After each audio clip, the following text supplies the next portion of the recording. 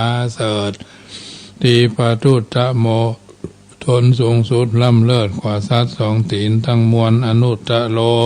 หาผู้สมควรเสมอเหมือนบ่ได้พุทธมังคลามากรรมะผู้ใดได้หวานได้ไว้พุทธมงคลสัพพทุขาปมุญเจเลจักเอาตนปล่อยพ้นจากทุกข์ยากสัพพะอุบาทกังวลธรรมโมมังคละสัมภูโตพระธรรมมงคลอันผ่องแผ้วคำพีโลลึกแลบยิ่งแล้วสุดพมานตุตโสคนบ่มีพญาญาณหันยากอันนุงเป็นธรรมชาติอันอ่อนอ้อยสุขุมานธรรมะมังคละมากรรมะคนใดได้ถึงธรรมมังคละเลิศสัพพะพญาพระมุญจะเลจักปล่อยพ้นบังเกิดในตัวในตนเป็นมหาผลผ่องแผ้วสังโฆมังคละสัมภูโตพระสงฆ์อันเลิศแล้วมิ่งมงคลทักขินายโยเป็นนาบุญตนวิเศษทักขินาเขตมหาศาลอนุตตะโลสูงสุดหาประมาณบ่ได้สังฆมังคละมากรรมะบุคคลใดได้ไหวและปูจาสัพพโรคาพระมุญจะเลจะปล่อยพ้นจากโลกาอันใหญ่หลีกเว้นได้หมู่เวลาขอแนบใต้ไหวสาปฏิรัตนาสามดวงพระแก้วเจ้ามาปกห่มเก้าหมู่ศรัทธาฮือพวกพ้นปล่อยภัยยาอุบาทสัพพะพญาติกังวลจำเริญตนจำเริญใจไปใจนั่นจุงจักมีเที่ยงแท้ดีลีแด่เตอเอาละญาติโยมสาธุชนคนดีทั้งหลายได้ฟังได้ยินได้ฟังน้ำธรรมคำสอนจากรายการเสียงธรรมนำสุขเนาะมาสู่เสียงธรรมก่อนรับตาประจำเมื่อค่ำยามแรงของวันนี้เป็นน้ำธรรมคำสอนในทางพระพุทธศาสนาส่วนหนึ่งนำมาอุเอิญเจริญปอนบรรดาญาติโยมสาธุชนท่านผู้ฟังได้ยินได้ฟังกันอยู่ทางบ้านรายการเสียงธรรมก่อนรับตาเป็นส่วนหนึ่งที่นำเอาอรรถธรรมคำสอนแนวทางพระพุทธศาสนามาเป็นปฏิพรกับบรรดาญาติโยมทุกคนทุกท่านได้ยินได้ฟังเป็นประทีปธรรมนำชีวิตต่อไปตามลำดับวันนั้นเนาะฉะนั้นวันนี้ก็เช่นเดียวกันเป็นเมื่อค่ำยามคืนของวันอังคารที่30เดือนมกราคมกำลังจะผ่านเข้าไปแห่งเดือนละญาติโยมทั้งหลายเดือนที่ก็กำลังจะผ่านไปเนาะทางนี้ทางนั้นก็ถือว่าเดินทางชีวิตบางท่านก็ราบรื่นดีบางท่านก็ยังว่านะเป็นคุกคักบางท่านก็บ่ไปดังใจนะแต่ทั้งนี้ทั้งนั้นเขาก็จำเป็นจะต้องไปมันถึงได้เนาะมันถึงได้เส้นทางแม้อาจจะมีหลุมมีโม่งมีหลุมมีบ่อคลุกคลักมีทางบ่ดีบ่เรียบบ่เพียงก็จำเป็นจะต้องไปเพราะฉะนั้นวันนี้เป็นวันเพราะว่าเป็นวันนั้นอังคารจุมพูสีหวานอังคารม่วนล้ำเนาะความเย็นบอกย้ำเพิ่มอากาศหนาวสดลดตอนเช้าตอนแรงนี่ก็ฝนโปรยปลายมาหน่อยนึงท้องฟ้าวันนี้เจ้ามีหมอกขาวองศาพอสาวหนาวตอนใกล้แจ้งวันกลัวว่าฝนจะหล่นมาแท่งเพิ่มหนาวขึ้นมาแหมนักอังการแล้วหนาขอจะตักมิตรรักทั่วทวนผู้คนแม้นว่าขายก้าขอได้ผลโจกบันดาลดลร่ำรวยทั่วหน้าญาติโยมทั้งหลายก็ทำหน้าที่ของแต่ละคนให้ได้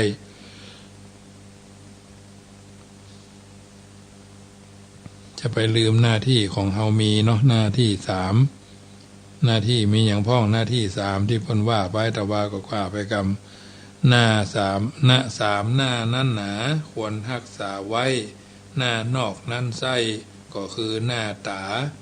หน้าในส่วนลึกคือใจ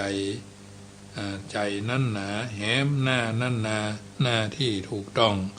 หน้านอกนวลใสได้มาเกี่ยวข้องต้องรักษามันคือพร้อมหน้านอกสำคัญหูจักอ่อนน้อมยามยกมือไหว้วันตา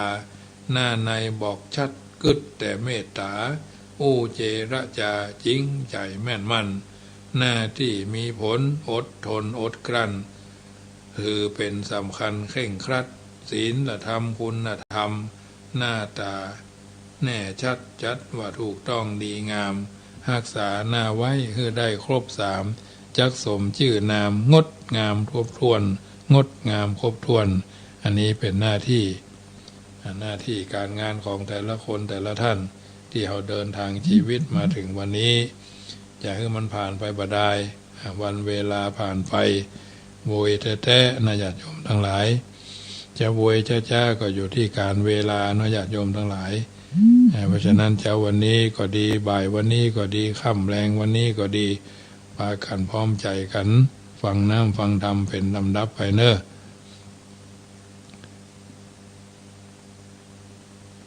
ถือว่าเป็นบุญเป็นบารมีเอาได้หู้ได้เข้าใจได้นำไปเป็นเครื่องพินิจพิจารณาเป็นลำดับลำดาต่อไปเนาะกราบหนึ่งกราบสองกราบสามกราบสี่กราบห้าอรหังสัมมาสัมพุทโธภควาพุทธังภควันตังอภิวาเทมิกราบสวากขาโตภควตาธัมโมธัมมังนะมัสสามิกราบสุปฏิปันโนภควโตสาวกสังโฆสังฆังนะมามิกราบ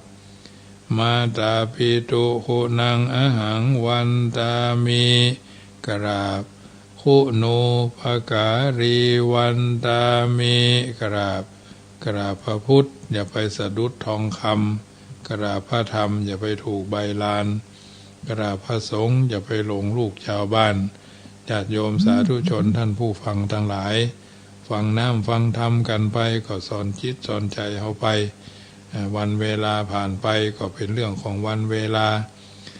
ทางนี้ทางนั้นก็ถือว่าเป็นเรื่องที่เราจำเป็นจะต้องใส่ใจสนใจและก็ตั้งใจการทำหน้าที่ของแต่ละคนแต่ละท่านให้มันดี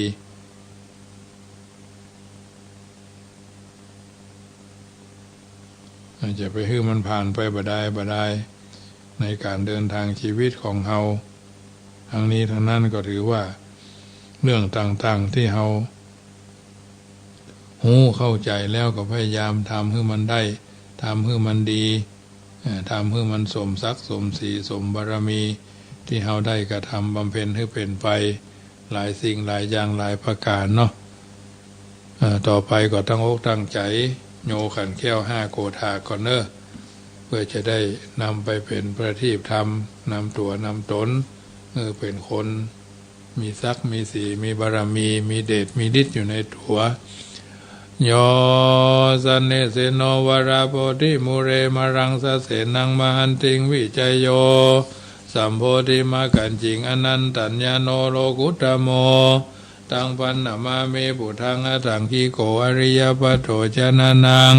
โมฆะปะเวสายะอุจุกามะโกยังสันธิกโรปะนิยานิโกตังปันนามาเมธัมมังสังโฆวิสุทโธ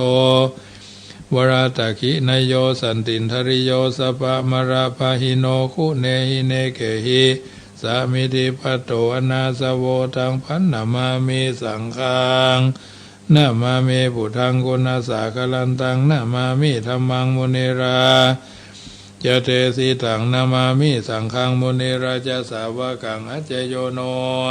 ปันเตอจักกมายะตาปรังยะตามูระหังยะตากุสลังเยมายังพุทธธรรมสังฆสังฆปมาฐานะตายกาจริยสังฆเตสุปัญจรัตเนสุอติเทวาปัจจุปันเนวะอวิวายะดิวาละโอวากะเยนะวาวาจายะวามานาสาวะปะมะตังวากาลวังวากาสิมหานิสวายตาธัมมังปฏิกโรมาเตสันโนปันเตพุทธาธิรัตนาทยังอนุกัมปังอุปาทายะ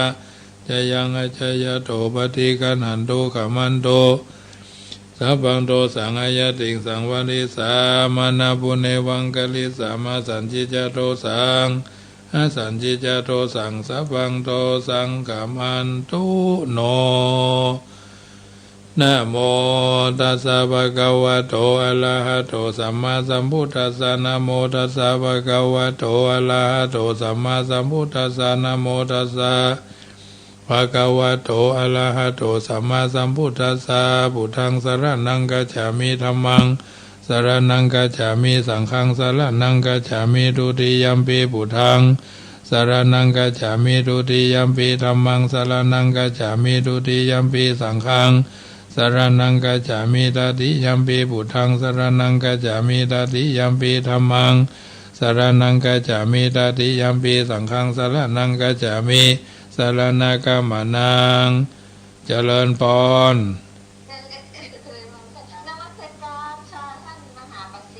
เจ้าคุณยายเพิ่นฟังวิทยุว่าจะทอดผ้าป่าจากสถานีวิทยุนะคะวันที่11 เดือนหน้าเจ้าน้องจะขอร่วมทำบุญทอดผ้าป่าสถานีวิทยุ96เจ้า300 บาทแล้วก็โรงทาน200 บาทเจ้าเป็น500นะคะเจ้านางสาวจันทิราธรรมกูลเจ้าอยู่บ้านรัชชัยตำบลสันงามเมงอำเภอสันทรายจังหวัดเชียงใหม่ค่ะเจ้าเดี๋ยวโทรพี่เนาะอันกัดจัดรายการ904อยู่เนาะเจ้าโยมเนาะจันจิลาขอสวดมนต์ต่อเนาะ ติปิโสภะคะวะอะระหังสัมมาสัมพุทโธวิชาจารณะสัมปันโนสุขโตโรกาวิทูอนุตตโลปุริสธรรมสารติสถาเทวมนุสานังพุทโธภะคะวะติสวากขาโตภะคะวะตาธัมโมสันทิฏฐิโกอากาลิโกเอหิปัสสิโกโอปนาญิโกปัจจตังเวทิทัพโพวิญโยหิติสุปฏิปันโนภะคะวะโตสาวกสังโฆอุจุปฏิปันโนภะคะวะโตสาวกสังโฆยะทิทังจตาริปุริสายุคานิอัฏฐปุริสาปุคราเอสะภะคะวะโตสาวกสังโฆอาหุนายโยปาหุนายโยตักขินายโยอัญชลีกาลนิโยอนุตตรังปุญญเขตังโลกัสสาติยันตุนิมิตังอวมังกรัญจโยจามนาโปสกุณาสัสสะโตปะปะคะโหตุสุปินังอาการตังพุทธาธัมมาสังฆานุภาเวนะวินาสเมนตุ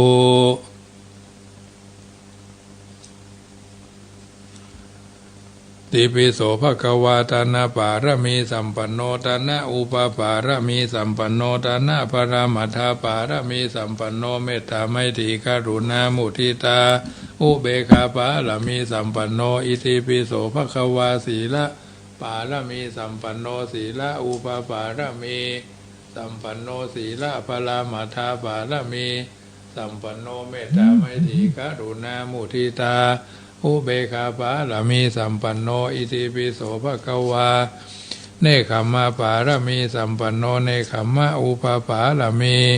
สัมปันโนเนคขมะปรามัทธาปารมีสัมปันโนเมตตาไมตรีกรุณามุทิตาอุเบกขาปารมีสัมปันโนอิติปิโสภะคะวะ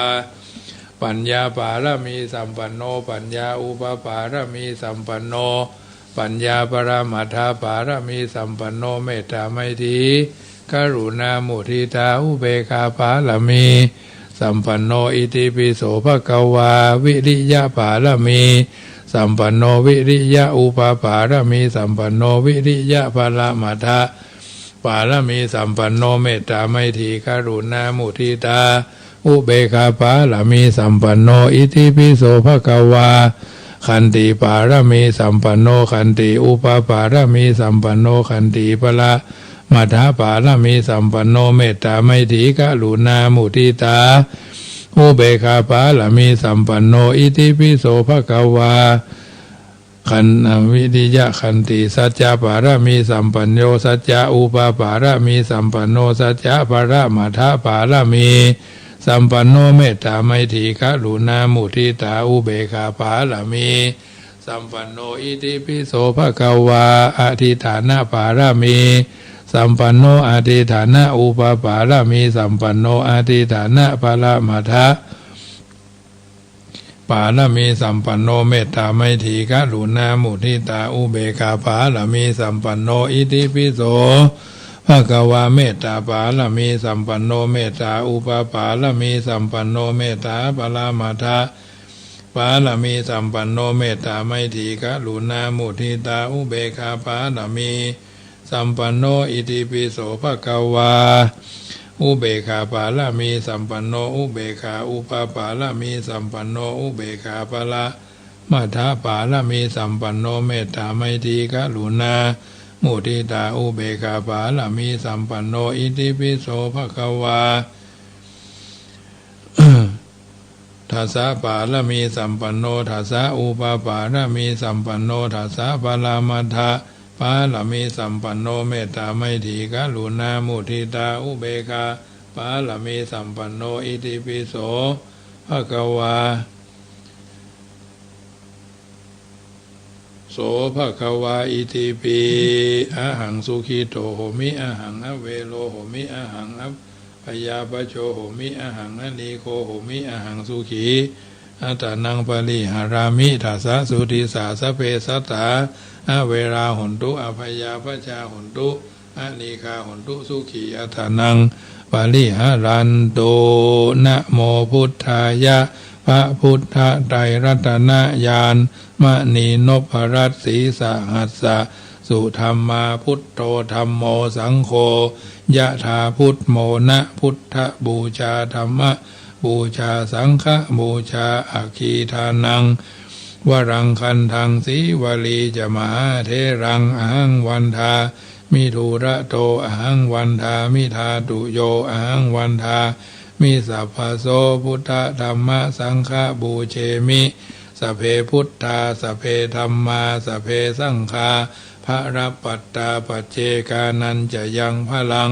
อรหันตานันจะเตเชนระคังพันธามิสัพพโสพุทธังอธิธามิธัมมังอธิธามิสังฆังอธิธามิสัมปติชามินาสังสีโมพระมาจมหาเทวาสัพเพยขาปรายันติพระมาจมหาเทวาอภิราภาภวันตุเมมหาปุญโญมหาลาโภภวันตุเมมิเตภาหุหติพุทธมะอาอุนะโมพุทธายะวิระทะโยวิระโคนายังวิระหิงสาวิระทาสีวิระทาสาวิระอิติโยพุทธสามานีมามะพุทธสาสวาโหมสัมปติชามิเพ่งเพ่งพาพาหาหารือแผ่เมตตาเนออะหังอเวโรโหมิอภยาปโชโหมิอนีโคโหมิสุขีอัตตานังปาลิหารามิมะมะมาตาปิตุอาจาริยาจยามิ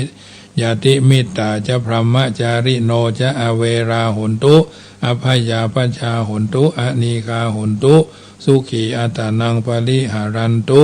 อิมัตสมิงอาลาเมสเพโยคิโนอเวราหุนตุอภยาปชาหุนตุอนีคาหุนตุสุขีอัตตานังปาลิหารันตุอิมัตสมิงมาอาลาเมสเพภิกขุสามเณราจะอุปาสกาอุปาสิกายาจะอเวราหุนตุอภยาปชาหุนตุอนีคาหุนตุสุขีอัตตานังปริหารันตุอัมหากังจตุปัจจยายะจาปัจจุปัจจตุปัจจยายะทายกาอเวราหุนตุอภยาปชาหุนตุอนีคาหุนตุสุขีอัตตานังปริหารันตุอัมหากังอัมหากังอาราคาเทวตาอิมัสสมิงวิหาเลอิมัสสมิงอาวาเสอิมัสสมิงอาราเม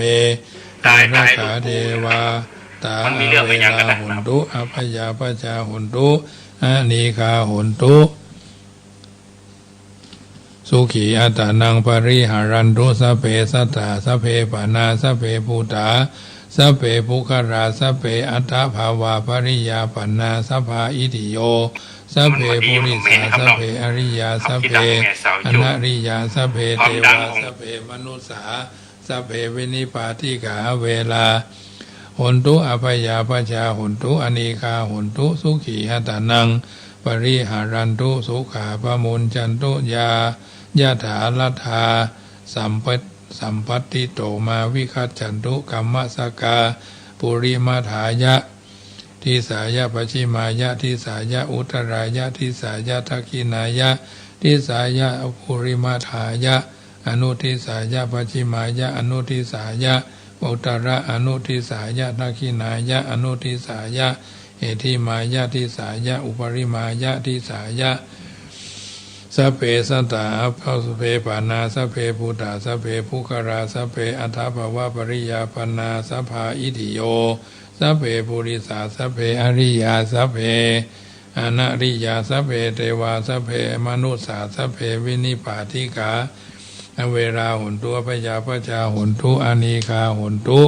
สุขีอัตถานังปริหารันตุสุขาพมุนจันตุยะถาลัทธาสัมปติโตมาวิคัจฉันตุกัมมสกาอุทังยาวะภวะคาจะอะโทยาวะอวิจะวิโตสมันตาจักวาเรสุอัตตาคัจฉันตุอัฏฐวิจาลาอภยาปชาอานิเวราจะทุกนิทุขาจนุปัทถวาอุทังยาวะภวะคาจะอะโทยาวะอวิจะจิโตสมันตาจักวาเรสุเยสันตาอุทัคคาอุทัคเขจาราอภยาปชาอานิเวราจะนิทุขาจะนิทุปัตตวาอุทังยาวะภวะคาจะอะโทยาวะวิจิโตสมันตาจักวาเรสุเยสันตาปทะวิจาราอภยาปชานิเวราจะนิทุขาจะนินุปัตตวาอาหังสุขิโตโหมิอาหังนิทุโขโหมิอาหังอเวโรโหมิอาหังอภยาปโจโหมิอาหังอนีโคโหมิอาหังสุขีอัตตานังปริหารามิสัพเพสัตตาเวราหุนทุอภยาปชาหุนทุอนีคาหุนทุสุขีอัตตานังปริหารันตุแม้คืนวันที่ผ่านเหมือนไร้ค่าแม้เวลาที่ผ่านไปไร้จุดหมายถ้าไม่เห็นจะคงถึงไม่ก็ไม่เห็นจะเป็นไรยังไม่ตายจะเสียดายทำไมแค่การเวลารู้สึกตัวคิดได้ก็ยังไม่สายจักจงขวนขวายสิ่งอื่นใดให้ทำเถิดหนายังไม่มีโอกาสรู้ตื่นเบิกบานได้ทุกคราเหมือนดอกบัวที่โผล่ขึ้นฟ้า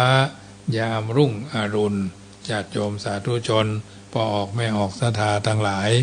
ได้ยินได้ฟังรายการเสียงธรรมก่อนรับตาทุกวันก่อนอื่นก็ขอประกาศอนุโมทนาเนอะกับเจ้าศรัทธาทั้งหลายที่อาตมาภาพได้ประชาสัมพันธ์ถึงเจ้าถึงค่ำถึงคืนเนาะโดยเฉพาะที่96ก็จะมีการทอดผ้าป่าบำรุงพลอยหลวงเนาะรวมทำบุญกับพลอยหลวงอาคารสุเทพศาลาเวียงแก้วเนาะในท่านพระครูในท่านคืน96อาคารสุเทพสุพรมครุปชาวันอาทิตย์ที่11ญาติโยมทั้งหลายกินตาลหยาดน้ำยินดียิ่งแล้วแขกแควมาเยือนเข้าตอกบานขินตาลถึงดอกไม้บานขินตาลม่วนเนาะบุญขินบุญตาลที่เขาจะได้ไปขินไปตาลด้วยกันไปกันนักไปกันหลายเนอะไปร่วมกันทำบุญเนาะตะกี้ก็มีโยมแม่ลูกแม่พี่กุลวัฒนพันธ์เนาะหมายมีคุณโยมจันทิราธรรมคุณบ้านลักชัยเนาะบ้านลักชัยตำบลสันนาเมงอำเภอสันทรายเพิ่นมีเจตนาร่วมทำบุญทอดผ้าป่าและโรงทานจำนวน500 บาทเนาะเป็นรายล่าสุดซึ่งแต่เจ้าก็มีโยมพ่อโยมแม่หลายท่านร่วมกินร่วมทานกันมาคุณโยมลำจวนชนานนันทวัฒน์ อุทิศหาพ่อสิงแก้วแม่บัวลาเนาะแก้วกลางบ้านเพิ่นฮ้องท่าลี่วังผางนะเพิ่นฟังรายการ96อยู่อันนี้ก็ร่วมทำบุญแม่โยมแม่แก้วดีขวัญบ้านขวัญเวียงเนาะแม่เกศรชัยวุฒิแม่สุธรรมอินทรีย์ก็ทำบุญมาแม่สมบูรณ์บ้านก้องโยมพานิชสอนพานิชคุณศิลาเชียงใหม่ร่วมทำบุญมา500แล้วก็โยมแม่ครูเหรียญทองเนาะร่วมทำบุญมา500แม่จันแม่เพ็ญศรีธนัญชัยโยมแม่แก้วอินตาเขียวร่วมทำบุญพระป่า100แล้วก็หงทาน100แม่จิรพันธ์พ่อประสิทธิ์ชัยอยู่สันทรายมูลเนาะเพิ่นก็ฟังอยู่แม่กองพันตุ้มอินเนาะอยู่ทางสันทรายพุ่นเนาะอำเภอสันทรายพวกร่วมทำบุญมา500สาธุกอนุโมทนาครับพ่อแม่พี่น้องบอกสถานนักศีลนักบุญกันเนอะ69กล่อง99กล่องบุญญาติโยมทั้งหลายกล่องบุญละ69บาทเนาะ99แล้วก็69จำนวน99กล่องบุญได้ถ้าได้ก็บ่เป็นหยังบ่ได้ก็บ่เป็นหยังญาติโยมอาตมาภาพก็เริ่มต้นที่ 1,000 บาทก็จะได้มาแบ่งเกิ่งเนาะ500ก็แบ่งกันคน250อันหนึ่งก็จะทำโรงทานไปเป็นอาหาร200ชุดข้าวนึ่งห่อตองเนาะข้าวนึ่งห่อใบตองเอาเนี้ยใบตองกล้วยเขาเนี้ยมันบาดเย็นมันบาดแห้งหน้ามันบาดแข็งญาติโยมทั้งหลายนึ่งข้าวก็เอาข้าวอย่างดีอาหารก็อาหารอย่างดีเนาะปัจจัยก็ท่านทั้งหลายก็ตัดสินใจอย่างดีๆเนาะเอามากินมาทานด้วยกันอาจจะมีอย่างแอมด้วยทำน้อยเนาะเพราะว่านั่นนะบางเทื่อก็จะได้บวชประฟักแก้วไปหมูนะเพิ่นเฮาว่าแกงบวชฟักทองพระธรรมเนาะอาหารพื้นเมืองพระธรรมข้าวเหนียวโยมธรรมเนาะข้าวเหนียวห่อใบตองบางทีก็อาจจะไปชวนแม่ภูผาจันเที่ยงมาเลี้ยงก๋วยเตี๋ยวกำหัวพร้อมกำก่อนเพราะฉะนั้นเขาก็ถือว่ากินม่วนตาลม่วนกินหวานตาลต้อมกินม่วนตาลม่วนเนาะเพิ่นจะมีการประกวดบรรยาประกวดปั่นป้อนปีใหม่แล้วก็เวนตาลด้วยค่ะได้ยินว่าอย่างนั้นเนาะถ้าว่ามีมูลนิธิดอยสุเทพช่วยสนับสนุนก็มาแล้วง่ายเลยญาติโยมร่วมประมาณ 3-4 แสนนะก็ถือว่าทำไปได้ด้วยความเรียบร้อยจะได้มีที่มีโหนได้อยู่กันม่วนงันสันเล่าเนาะมีกิจกรรมอะไรก็ไม่ต้องไปโล่นฟ้าโล่นฝนถ้าหน้าฝนเขาก็ไม่ได้โล่นละมีกิจการงานเขาก็พากันไปเนาะทางนี้ทางนั้นเขาร่วมด้วยช่วยกันเนาะโยมพ่อโยมแม่พี่น้องทางบ้านที่พี่น้องทางบ้านร้องเนาะดอยสะเก็ดพี่น้องทาง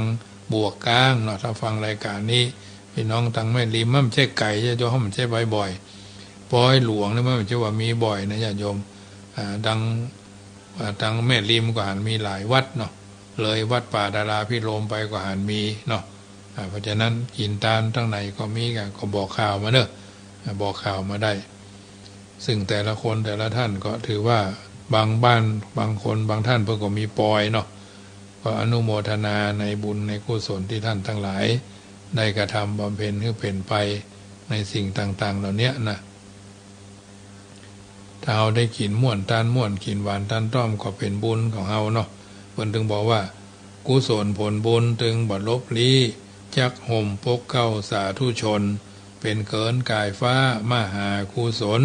เป็นสะเพายนต์ขี่ข้ามน้ำกว้างบุญกินบุญตาลที่หมู่เฮาได้สร้างจะเป็นตรุงนำทางจ้องจักบ่ฮือตกจมแดนอัตตคัดที่พระพุทธเจ้าบ่เสด็จไปเป็นข้าวทิพน้ำทิพปัจจัย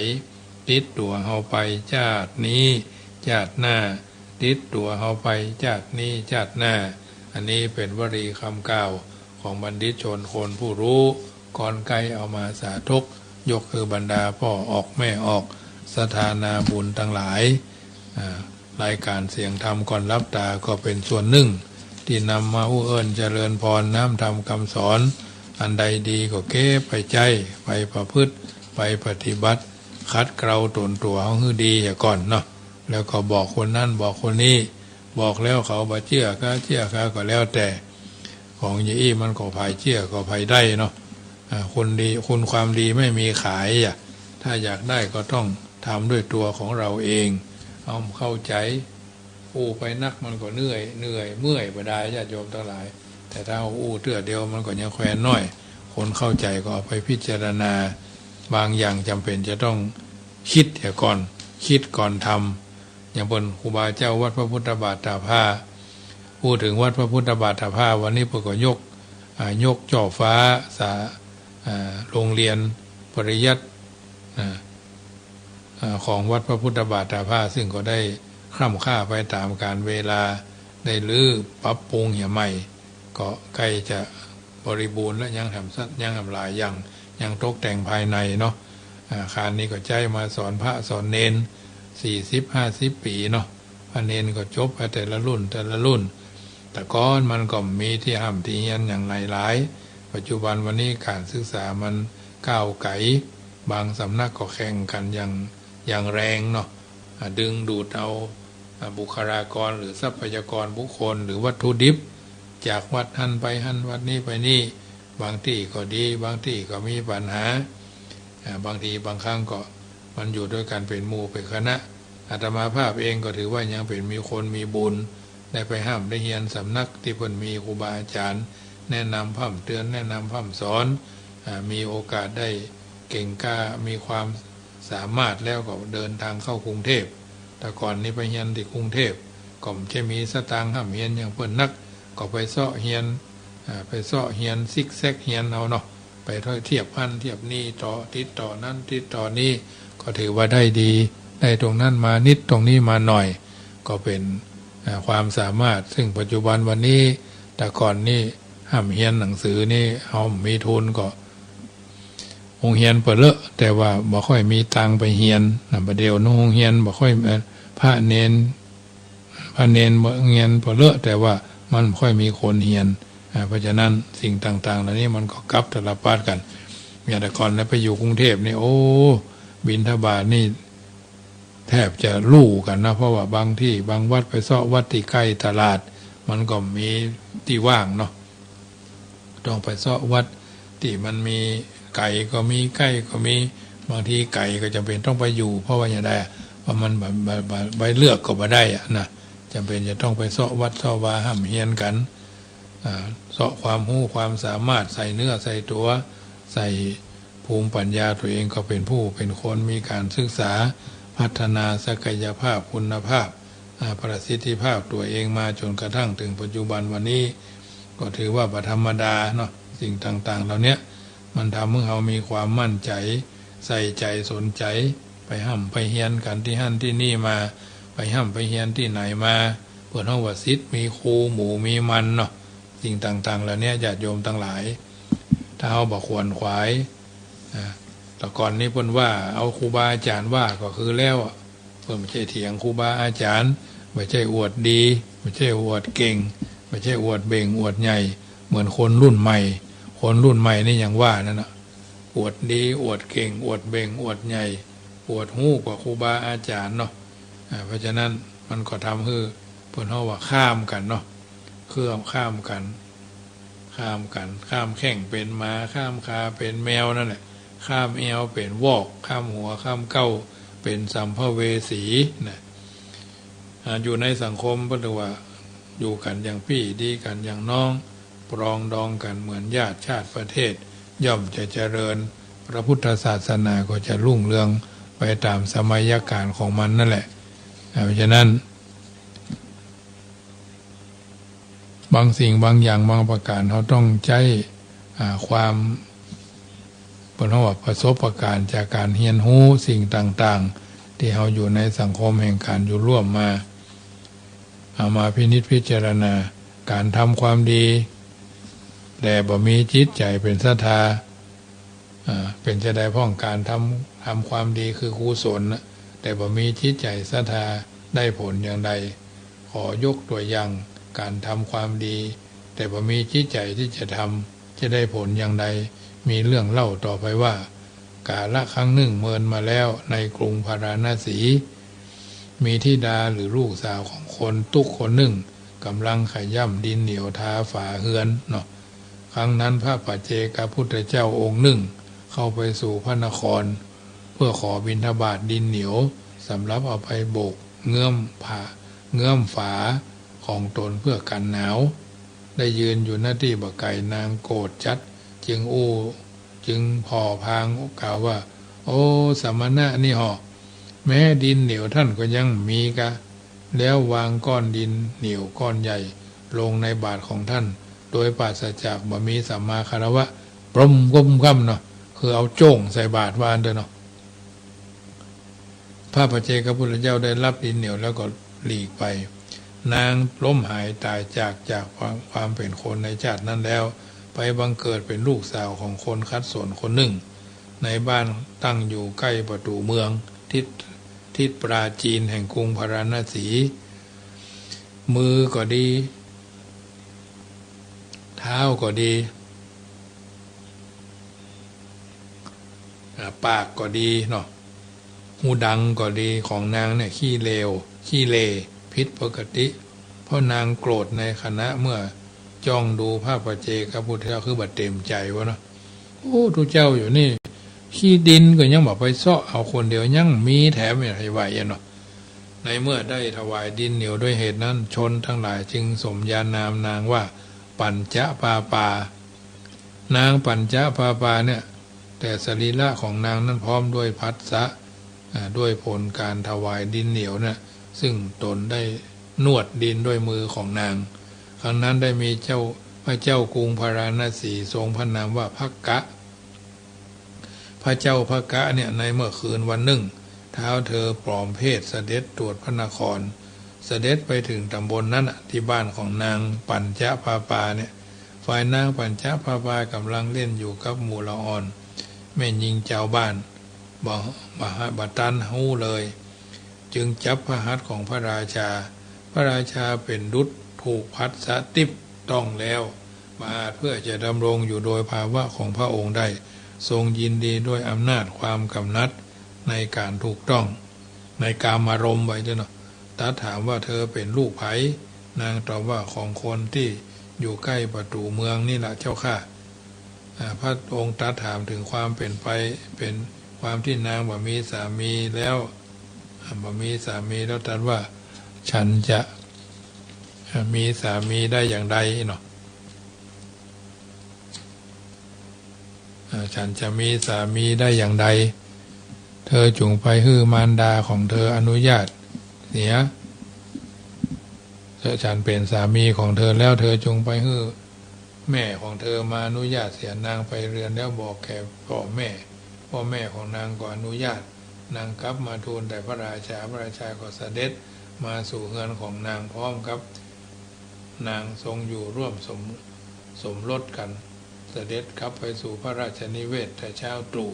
ตั้งแต่นั้นมาพระองค์บัดทรงพัฒนาเพื่อจะทอดพระเนตรนางสนมคนใดแถมเลยทรงปลอมเพศเสด็จไปในที่นั้นเป็นนิดต่อมาวันหนึ่งโรคลงแดงได้เกิดขึ้นแก่พ่อของนางข้าวปลายาตอันปรุงด้วยนมสดน้ำเพิงน้ำตาลกรวดซึ่งบ่เจือปนด้วยของอื่นเป็นต้นเป็นยาของพ่อนางจนเหล่านั้นก็มาจะยังเข้าปลายาตนั้นให้เกิดขึ้นได้เพราะเป็นคนตุกขัดสนแสนขัดสนวะนะขณะนั้นแม่ของนางกล่าวว่าแม่สามีของเจ้าอาจเพื่อจะฮื้อเข้าปลายาตเกิดขึ้นได้ก่อนางได้ทูลความนั้นแก่พระราชาในเวลาเสด็จมาพระราชาตรัสว่านางผู้เจริญนี่เป็นยาของคนใหญ่โตเอาจักได้แต่ที่ไหนเล่ามีพระราชาประสงค์จะนำมานางไปภายในพระราชนิเวศโดยอุบายวันรุ่งขึ้นจึงเสด็จไปสู่พระราชนิเวศแล้วรับสั่งให้หุงเข้าปลายาตเช่นนั้นแล้วทำเป็ด2 ห่อใส่ปิ่นมณีไว้ห่อหนึ่งเสด็จมาในราตรีนั้นว่าตรัสว่านางผู้เจริญวันนี้พ่อของเธอจะได้บริโภคเข้าปลายาตที่ว่านั่นนะอันปรุงรสด้วยนมสดน้ำเพิงน้ำตาลกรวดพรุ่งนี้จงบริโภคห่อนี้นางได้ทำเหมือนพระราชดำรัสโรคของพ่อของนางก็ได้หายวันรุ่งขึ้นพระราชาเสด็จไปสู่พระราชนิเวศทรงพระพักแล้วตรัส ว่าท่านทั้งหลายจงนำปิ่นมณีมาให้เฮาพวกเจ้าพนักงานทูลว่าขอเดชะพวกข้าพระองค์บาลพระราชาตรัสให้ท่านจงค้นในที่ทุกแห่งตั้งแต่ภายในกรุงกระทั่งภายนอกกรุงโดยที่สุดแม้แต่ห่อเข้าพวกเจ้าพนักงานค้นปิ่นมณีในเรือนของนางปัญจปาปาจึงมัดแม่พ่อของนางแล้วนำไปขณะนั้นพ่อแม่ของนางกล่าวว่าพวกข้าพเจ้าบ่ได้เป็นคนขโมยมณีนี้บุตรเขยเป็นผู้นำมา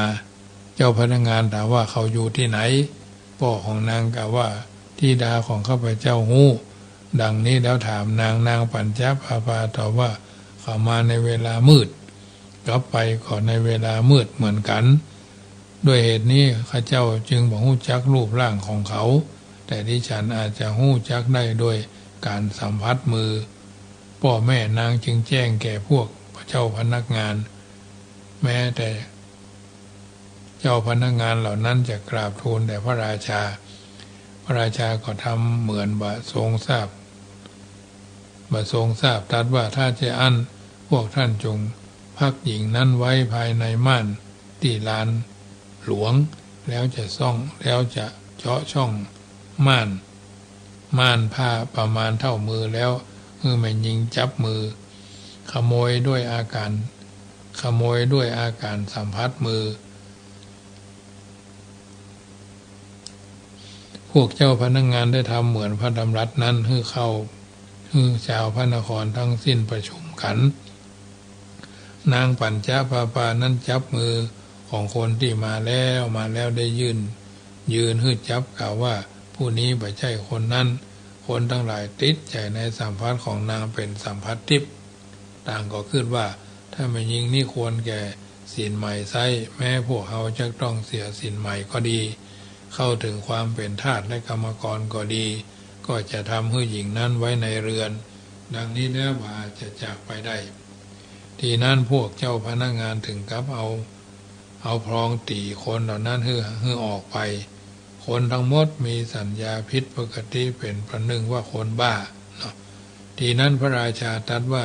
ที่จะเป็นเฮาพ่องกะมังดังนั้นแล้วจึงทรงยื่นพระหัตถ์ไปจับมือพระนางจับพระหัตถ์เท่านั้นก็ร้องลั่นขึ้นว่าเอาจับขโมยได้แล้วเป็นต้นเนาะพระราชาตรัสบอกความจริงแล้วอภิเษกนางตั้งไว้เป็นเอกอัครมเหสีพระราชทานอิสริยยศมารดาบิดาของนางตั้งแต่วันนั้นมาทรงเหลียวแลนางสนมแม่คนอื่นนางสนมเหล่านั้นก็โกรธและพระนางต่างคอยหาความผิดใส่เป็นต้นอันนี้ก็เป็นเรื่องหนึ่งญาติโยมทั้งหลายแม้ผู้แห่งเรื่องหนึ่งก็แม่ผู้รักษาวาจาสัตย์อย่างเดียวก็ยังได้ทิพยสมบัติอันนี้ก็เช่นเดียวกันดังที่ได้เล่ามาว่าเมินมานักแก่แม่หญิงคนหนึ่งบ่ได้ฮื้อตาลบ่เคยทำบุญปูชาได้เคยฟังธรรมเลยรักษาเพียงคำสัตย์อย่างเดียวคือมีสัจจะเนาะรักษาสัจจะทำกาละไปบังเกิดในเทวโลกที่นั่นพระมหาโมคคัลลานะจาริกไปในเทวโลกพระมหาโมคคัลลานี่เหาะเหินเดินอากาศได้ยืนอยู่ใกล้ประตูวิมานของเทพธิดานั้นถามนางผู้เป็นเจ้าของสำนักนั้นว่าแม่นางเอ๋ยสมบัติของเธอมากมายเธอทำอย่างไว้จึงได้สมบัตินี้มานางละอายใจเพราะสมบัตินั้นตนได้ทำกรรมเล็กน้อยฉะนั้นจึงบ่ปรารถนาอยากจะบอกแต่ถูกพระเถระกระเช้าเย้าแย่ถามบ่อยเข้าก็บ่อาจจะปกปิดไว้ได้จึงเรียนว่าถวายข้าแด่พระเจ้าพระองค์ผู้พระท่านผู้เจริญพระคุณเจ้าผู้เจริญข้าเจ้าเพียงรักษาคำสัตย์อย่างเดียวบ่ได้เจ้าพระเถระสดับคำนั้นแล้วมาถวายบังคมพระศาสดาในพระเจตวันแล้วก็ทูลถามว่าข้าแด่พระองค์ผู้เจริญบุคคลอาจจะได้ทิพยสมบัติโดยคุณเพียงคำสัตย์ได้ก่อพระเจ้าข้าพระศาสดาตรัสว่าโมคคัลลานะเหตุไฉนเธอจึงมาถามเฮาเล่าค ความข้อนี้เทพธิดาก็ได้บอกแก่เธอแล้วบ่ใช่กา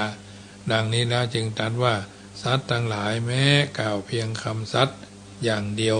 ก็ย่อมได้ไปเทวโลกได้เหมือนกันดังบาทพระคาถาว่าสัจจังพระเนนกุลชัยยะเนาะสัจจังพระเนนกุลชัยยะเป็นต้นแปลว่าบุคคลพึงกล่าวคำสัตย์บ่พึงโกรธบุคคลพึงกล่าวแต่คำสัตย์บ่พึงโกรธเป็นต้นเพราะฉะนั้นน้ำธรรมคำสอนจากรายการเสียงธรรมก่อนรับถามาถึงช่วงสุดท้ายก่อนนำรายการจากท่านไปในค่ำคืนของวันนี้บุญกินบุญทานที่ได้ผู้เอิ้นเจริญพรให้ญาติโยมสาธุชนที่ฟังกันอยู่ทั้งบ้านเป็นประจำก็คงจะเป็นประทีปธรรมนำชีวิตเพื่อเอาท่านทั้งหลายได้นำไปปรับใช้เดินทางชีวิตโดยมีหลักยึดหลักประพฤติเป็นลำดับไป 84,000 พระธรรมขันธ์รังสรรค์เลือกสรรเอาสิ่งที่เป็นมงคลแก่ตัวแก่ตนเอาท่านทั้งหลายเป็นลำดับไปน้ำธรรมคำสอนที่นำมาเอื้อนเจริญพรก็เป็นส่วนหนึ่งที่ทำเพื่อท่านทั้งหลายพิจารณาปรับใจอันใดดีก็เก็บไปเป็นประทีปธรรมนำชีวิตอันใดบ่ดีก็พยายามลดละเลิกจะพบหนทางแห่งสันติสุขที่เฮาท่านทั้งหลายปรารถนาสมดังคำพุทธมนต์คาถาซึ่งจะได้กล่าวก่อนรับก่อนนอนแต่ละคืนว่าก่อนท่านนอนภาวนาสาธุพระว่านะมะพะทะอย่าเฉยไฉเป็นหัวใจนะโมเตโชชัยป้องกันภัยยามหลับไม่อับจนเมื่อล้างหน้าอย่าล้างเปล่าเอาสิริเสกพุทธสังมิก่อน3 หนตำราว่าเป็นมหาชัยยะมงคลทิพมนต์คุ้มกันอันตรายจะจากเรือนคันใครที่อยู่ถึงประตูยืนหยุดจุดที่หมายภาวนาสุขโตโพธิยายแล้วผันผายได้พิพัฒน์สวัสดีอีกจะพระกะสะพะธมังเป็นมนต์ขังเป่าปัดกำจัดผีทั้งปีศาจพูดพายร้ายการีเสก7 ทีขับไล่ไม่แผ่วพานพุทธสังมังคลังโลเกอย่าเฉยไฉนี้คาถามหาศาลเป็นมงคลคุ้มกันอันธพาลถึงลุกรานได้ดีหนีกระจายเสกทุกราสวมสร้อยห้อยพระเครื่องเดชกระเดืองเรียกมงคล3 สายช่วยป้องปัดพยันอันตรายทั้งหญิงชายเมตตาปราณีเอ่ยรัตนัตตยานุภาเวนะรัตนัตตยะเตชะสาพุทโธบังซ้ายธัมโมบังขวาสังโฆบังกายาอะระหังบังเขสาอะระหังพุทโธนะโมพุทธายะอายุวันโนสุขังปะลังขอเจริญ